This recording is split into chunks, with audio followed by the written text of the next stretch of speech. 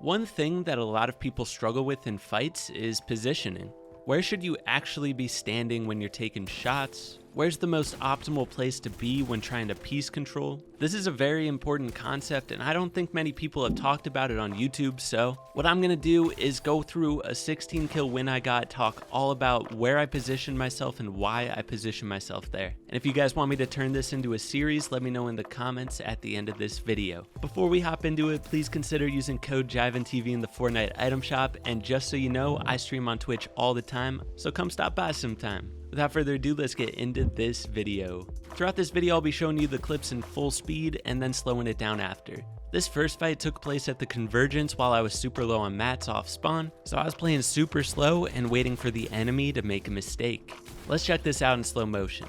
First off, I got some free damage dealt because he walked right behind my wall here after I built this huge barrier. Once I get that initial damage dealt, I need to box him so he can't run away. I move to the left while I'm boxing him so that he can't have an angle on me. However, you can see he hit that little bouncy thing and ended up hitting me a little bit, but if that bouncy thing wasn't there, we got a free kill, no damage taken.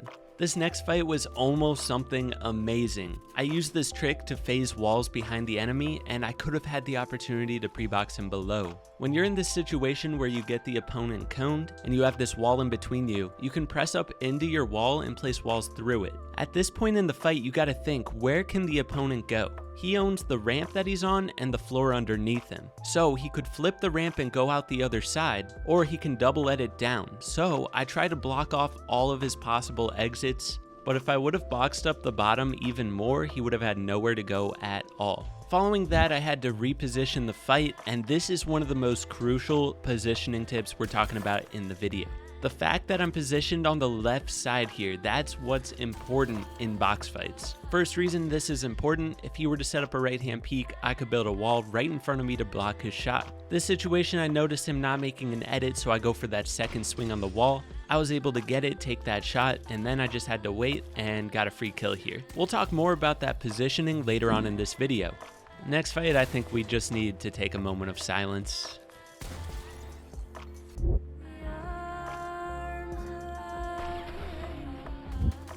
Rip, man. We gotta just move on. So I was way down bad this fight, so I just had to reposition with this launch and try to get some heals off. When I get in this type of position right here, my main goal is just to try to deal a little bit of damage back to the enemy. That way I get just a little bit of time so I can pop a big. One thing to note is how I play a little bit further back, especially when I'm at a bit of a health disadvantage. I'm keeping my eyes on the enemy the whole time, just looking for little opportunities to do some damage. Constant repositioning, tracking the enemy through the builds, until eventually I get this tag and I'm able to get a big pot off.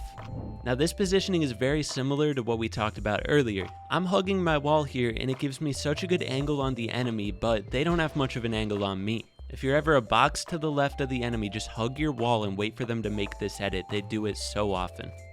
This next part of the fight was also really good positioning. The key to positioning in fights is just to set up right hand peek opportunities for yourself. So right here when I make this edit, I have a perfect right hand peek from high ground via this ramp. After taking the shot, I immediately built a floor, but the enemy was too far up the ramp. Something I could have done differently was reset the ramp above that enemy to protect myself. This is another trick I love to do. I'll drop on their wall when they're weak, smack the wall once, jump up and place this floor, and if they make a right hand peek at it, I'll have a perfect angle when I jump to the side like this. I always go for that pre-fire and it works a lot of times.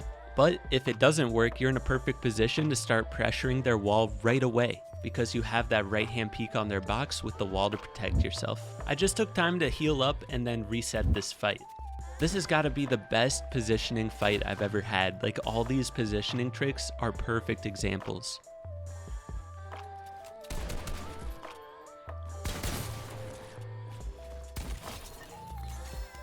So we're one box to the left of the enemy. That's the typical way to start a box fight. And the goal is to make them make this edit right here.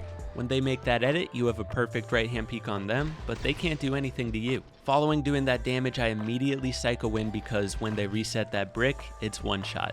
Positioning in fights is all about trying to get the better angles on the enemy, getting in good places to pressure safely. Big emphasis on safely. This means avoiding 50-50s, avoiding letting the enemy set a right hand peek on you. This helps you end fights faster and take less damage. It can definitely be hard doing this in arena against like really high skilled players in really fast paced fights. So something you can do to work your way up to that is start out in 1v1 realistics, just playing against casual players, focusing on really getting these techniques down, and then start fighting harder players in 1v1s and work your way up to fighting against these arena players.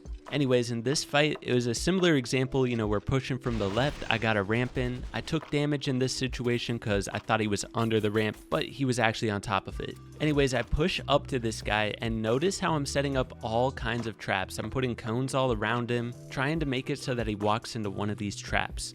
All in all, I ended up just getting into his face and got the kill.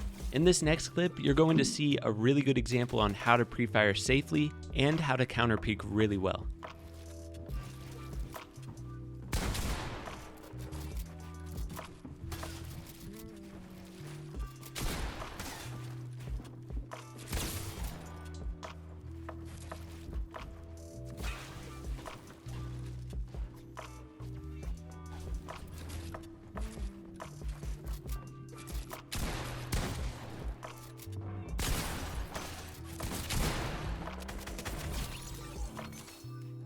So I almost died at the end there, but you're gonna see why in a second.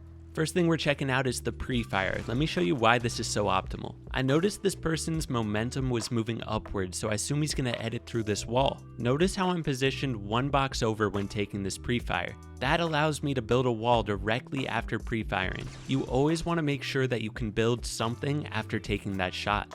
Next up, when you get in a situation like this, the enemy has a right hand peek on you. What I try to do is strafe really quickly to the right to give them the most awkward peek possible. And then immediately after they take a shot, I shoot their brick wall, make this edit and duck underneath it. This was just a really good fight. However, you saw them deal damage to me. It was just really bad timing. I shot their brick wall as they shot and they pre-fired it. It was crazy, but that was a really good fight. In this situation, there were two players. We were all racing to storm, so I decided to launch ahead and kind of cut off this guy's rotate. I knew he was weak because I had been fighting him for a while, so I just went in for the kill. And then this other player just ended up launching away from me, so of course I chase after. I tried to do that wall peek, but it didn't work because this building's kind of shaped weird, so I surprised him from this angle from above and then just ran at him and he was not even looking at me, so that kind of worked out. Following that, I got in the biggest build fight of my life and we got third partied. I ended up just killing the third party super fast, but we do some crazy stuff to this second player, so check this out and I'll slow it down for you.